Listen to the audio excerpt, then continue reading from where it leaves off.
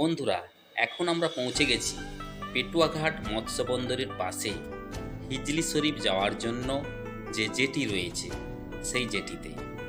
এখন নদীতে ভাটা চলছে। সেই ভাটার সময় আমরা দেখব চারিদিকের নৈসর্গিক চিত্র। দেখতে থাকুন। আমরা এখন দেখছি ওই যে মৎস্য বন্দরে যে সমস্ত ট্রলারগুলো রয়েছে, ওই ট্রলারগুলোকে আমরা দেখতে পাচ্ছি। এখন ভাটা চলছে, তাই জল অনেকটাই নেমে গেছে। আমরা দেখতে পাচ্ছি কিছু যাত্রী ভ্যাসেলে পারাপার করবে বলে এসে অপেক্ষা করছে। ভ্যাসেলটা এখন ওপারে রয়েছে।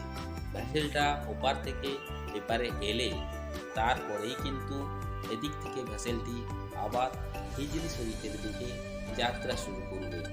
আমরা এখন দেখুন একটি ভ্যাসেল আসছে। ওই ভ্যাসেলে যাত্রীরা হিজলি শরীফ থেকে এপারেই আসছে। এপারে পৌঁছানোর পরে আবার আমরা দেখব যে ভ্যাসেলটা পুনরায় হিজলি শরীফের দিকে যাত্রা করবে।